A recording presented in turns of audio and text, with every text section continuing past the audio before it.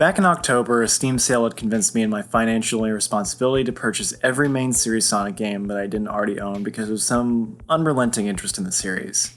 I don't know why, I just really like Sonic. I smile whenever I remember that this little guy and his cast of friends are still running around after 25 years of games both good and not so good, along with a handful of moments that probably would have destroyed any other franchise. To me, that's a testament to the staying power and popularity of this series. I've always classified myself as a casual Sonic fan. Before my massive shopping spree, I still owned a lot of his games and other consoles, and have at least dabbled in each of them. Some, like Sonic and the Secret Rings and Lost World, were dead games for me after only a couple of levels. Others, like the Genesis classics, were fun for quite a while until some out-of-nowhere watershed moment kept me from ever beating them. And then there's games like Adventure 1, 2, and Heroes, which are games that I absolutely adore and have actually 100% beaten. Very schizophrenic track record, I realize, but it was also one of the reasons why I wanted to play his other games. With Sonic, you never know which games will instantly click with you, and I find that really interesting. So, where am I going with this? Well, with my personal life finally in check to the point where I can go back to making content, I decided that I wanted to make this personal series-wide marathon in public. So please, join me in this Sonic the Hedgehog retrospective starting with the original,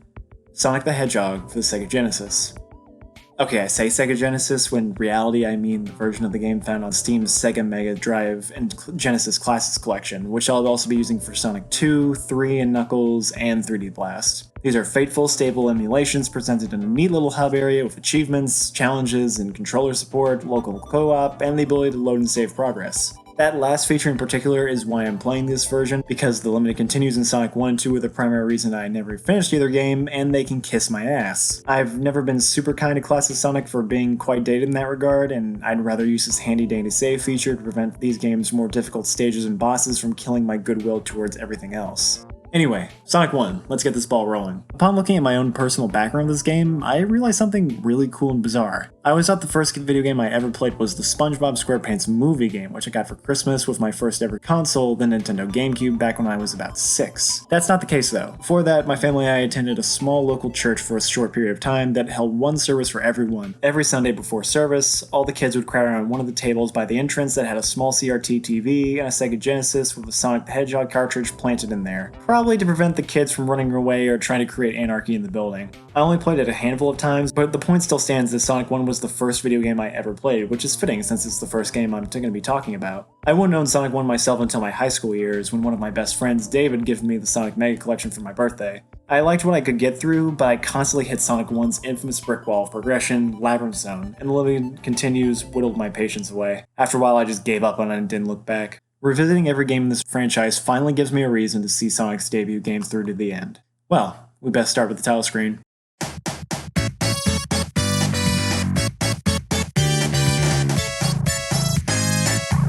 Yeah, I can see why he captured the hearts and minds of so many people back then. The gentle chorus for the logo, followed by that snappy title theme and Sonic popping in, who looks just so stoked to be here, even if he's giving me that sassy little finger wag. It's just a good first impression. For an early 90s game, this title screen oozes style, and it's a trend that will continue as we go along. And then, Green Hill Zone.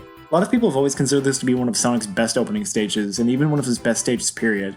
And after playing it through it once more, it's easy to see why. The first thing you probably think of is its infectious tune, from its immediately recognizable startup, all the way to the bouncing beats.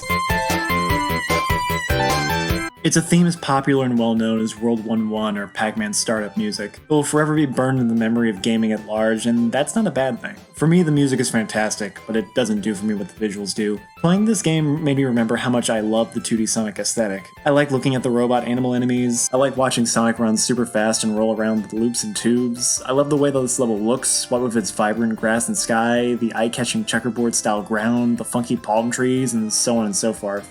This image right here encapsulates everything that makes Sonic 1 a joy to look at even today. It's not all about the presentation though, because Green Hill is still some of the most fun I've had with 2D Sonic, because it's the level in Sonic 1 that does the best at showcasing everything Sonic is capable of. Sonic 1 is unique from other 2D platformers like Mario and Mega Man in that Sonic actually has much more realistic physics and momentum in terms of jumping. In these games, Mega Man and Mario both jump as if they're on flat ground no matter the incline, which works for what these games are going for, but since most 2D platformers do this, it makes Sonic feel really special. When you jump without any inputs to your movement, Sonic will jump off the ground in the opposite direction. If you stand on a slight incline that's higher on the right side, Sonic will jump slightly to the left. It seems like a really small thing, and it is in certain cases. Hell, it can really bite you in the ass if you don't know what you're doing, but this actually constitutes why 2D Sonic allows for some really creative thinking when platforming. Look at this loop in Act 2 of Green Hill. There's no immediately noticeable way how to get up there. No platforms to assist, no hidden springs, no high ground, nothing. That is until you carry on a little further and find a small hill on the train immediately followed by a spring protruding from the rock. It doesn't seem very practical at first glance, but some experimentation will lead you to bouncing off the spring, jumping while moving up the small incline, and launching yourself on top of the loop. Not everyone will understand it, but the people that figure bits like this out will walk away feeling a tad bit smarter, better, and more appreciative of Sonic and just how he handles. Besides that, Green Hill also caters to how anyone would want to play a 2D platformer. Just want to get to the end? Simply stay on the low roads, jump over the few obstacles in your way, and blaze through the terrain with the help of loops and tunnels to keep up your forward momentum. Want to look around a bit? Well, Green Hill offers up plenty of additional pathways on the higher levels which allow you to do some decent platforming to find all sorts of item monitors and loads of extra rings. Preferences on if levels should focus on speed, platforming, action, exploration, or some combination of all these elements will vary from one Sonic fan to another due to how wide this level design spectrum has become within the franchise, but I can say with some confidence that any Sonic fan can get a kick out of Green Hill Zone for just how fulfilling it makes each approach, ensuring no fan gets left behind. Green Hill is a great first level, but it's worth noting that it took the lead designer Yuji Naka a solid 8 months to design Green Hill. And keep in mind that the game's development process started April of 1990 and the finished product was released in June of 1991. So 8 of those 14 months were spent on this one stage. Now to some extent, that actually makes sense. I have no idea what developing a video game is like, but I can make a safe assumption that for a platforming game, the first level will get a lot of focus because you're not only designing the level itself, but you'll be looking at how this level plays around the player character and their abilities, as well as how the level impacts things like game mechanics, enemies, and power-ups. And we'll use that as a template for every level after. And considering that the team had a very clear end goal for Sonic and how they wanted him to play, if Green Hill clashed with Sonic, Green Hill would be the one getting the changes. But still, more than half of the development time for a sixth of the whole game? That's a somewhat foreboding detail. Would every level following Green Hill feel less thought out to the point of feeling disjointed, or were those 8 months spent more on the design philosophy of Sonic 1 in general rather than just Green Hill, so designing every level after this would feel second nature by that point? The answer is yes and no. After Green Hill is Marble Zone, and damn, these two are night and day. Where Green Hill was defined by its speed, freedom, spectacle, and vividness, Marble Zone is slow, linear, and boring both mechanically and visually. There's just a lot of waiting in the stage, slowly pushing blocks, riding slow-ass blocks over lava, waiting for spiked crushers to fall so you can jump on the safe side. When you're not waiting, you're typically just doing some really basic platforming, and seriously, why is most of this level a one-way path? There's a few small hidden rooms with some item boxes, but that's really it. The only moment the stage introduces a second path is in Act 3, where a hidden pathway on this wall leads to a room with an extra life and has another hidden passageway which allows you to skip a decent chunk of the level. And while it's nice to have, it doesn't really excuse how flat and uninteresting everything else is. The one thing I do appreciate about this level, however, is the introduction of one of my favorite Sonic enemies, the Caterkillers. Due to Sonic's lack of emphasis on fighting, as well as the fact that he can theoretically attack in any direction in his ball form, most enemies lack weak points and are barely worth a second thought. On the contrary, Caterkillers have a distinct weak spot, their spikeless head. Attacking anywhere else will destroy the robot, but not only will you take damage, but their spiky segments will erratically scatter and have the potential to kill you from beyond the grave. With the Caterkillers, you actually have to think and aim for a specific area to ensure your safety, which is a rarity for classic Sonic. Weirdly enough though, after that letdown, Spring Yard Zone. There we go. Multiple pathways, greater emphasis on speed and platforming, barely any waiting or puzzles to speak of. I'd say we're back on track. This feels a lot more like a proper continuation of Green Hill was going for. It's more or less the original casino-themed level in Sonic, with the emphasis on more vertical level design with U-shaped areas full of springs and bumpers to help keep up the speed and bounce you all over the place. I specifically enjoy these half-pipe segments with the spiky balls. With proper timing, you can roll down the first half-pipe and go from one to the other using only momentum without taking a hit. Sure, you could just carefully jump around these obstacles much like the Marios of yesteryear, but this is another instance of the physics-based platforming that is genuinely fun to mess around with and feels good when you incorporate into your run through the stage. Also, this music.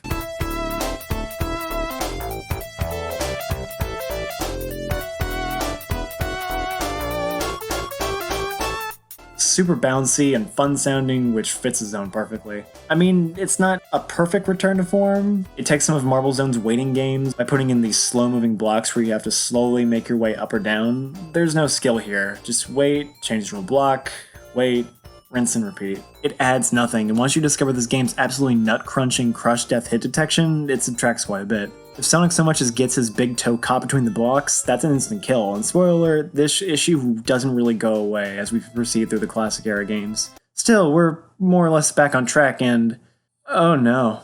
Hey, we haven't talked about the bosses yet, let's do that real quick. Sonic bosses are kind of famous at this point for being all over the place in terms of quality, on a series-wide scale, from enjoyable romps and grand clashes to boring slogs and broken dumpster fires. Thankfully, this first game has a pretty decent roster of fights, be it the brutal simplicity of Springyard's boss, to the seesaw shenanigans of Starlight's fight, to the iconic first bout of Hedgehog vs. Wrecking Ball. It's an above-average set of fights that doesn't necessarily leave me wanting more, but are fun for what they are. That being said, not a big fan of Labyrinth's fight, which is less of a fight and more of a vertical climb to freedom where the water's rising, spiked poles are prodding, and fireballs are fireballing. Partially because it can be very hard to win once you're underwater, but mainly because this encounter comes right after the worst part of the whole game. Guys, I need to tell you something fresh and interesting.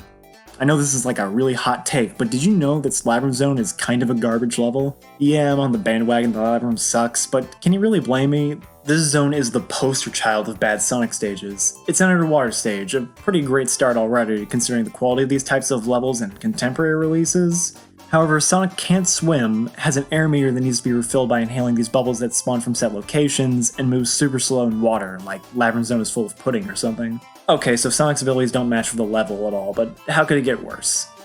You sweet summer child. Light puzzle solving with switches, sadistic enemy and spike placement that can sometimes cause crush deaths, and more of that godforsaken waiting. Waiting on water levels, waiting on elevators, waiting on bubbles that spawn at regular intervals, which can be a real pain when you're hovering right over it thinking you'll grab more air no problem, and then it decides to hold out on you until the split second after you asphyxiate. Despite all this, it's even worse than Marble Zone, because at least there were moments where you could keep up a decent pace. Here, you're just going to be slowly trudging through the water and jumping like you're on the moon. Oh, and God help you if you take a hit. So, after one of the worst levels in the whole series, we head straight into one of the better levels in the game.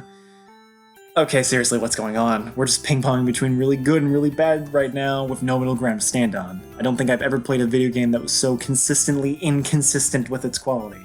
Regardless, Starlight isn't high art by any means, but it's undeniably good and a stage worthy enough to stand with Green Hill and Springyard. Not much else to say, you go fast, plenty of alternate pathways, the enemies here aren't that frequent, are best off avoided anyway. Between all this, Starlight is probably the second shortest and easiest zone of the bunch, which is baffling considering it's the penultimate zone, but is also a relief considering the waterlogged hell you're just put through before throwing you right back into the thick of it with Scrap Brain Zone.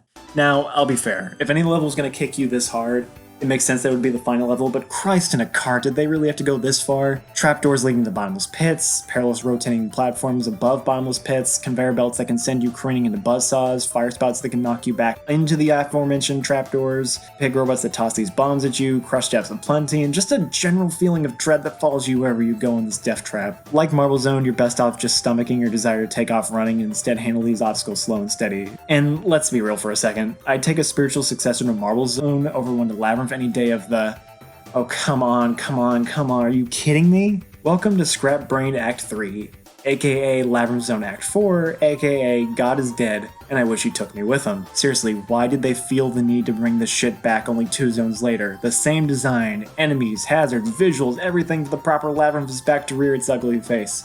Did they change up anything here? Yeah, they spaced out the bubble dispensers even more so and made them spawn big air bubbles less frequently than before. Well, you finished that last middle finger, onto the final zone. I was expecting something pretty cruel, especially considering that you have no rings for this fight, but it's actually a pretty solid final boss. Dr. Eggman has 2 attacks. He can attempt to crush you with 2 of the 4 pistons, or fire a volley of slow-moving energy balls to fry you. Both are straightforward to avoid, and the former is also how you'll be dealing damage, by booping whichever cylinder he's standing in whenever he tries to flatten you. 8 hits later, and you've just won Sonic 1. Eggman retreats in a huff, Sonic returns to Green Hill to meet all of his animal buddies, and the day is saved.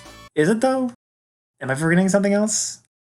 Oh right, the special stages. In case you didn't know, I'm a big completionist kind of guy. I've kept a record of every game I've ever 100% beat, and typically walk into a playthrough of a game with the goal of fully finishing it. And with only 6 Chaos Emeralds to collect to complete the game, I thought this was going to be a walk in the park.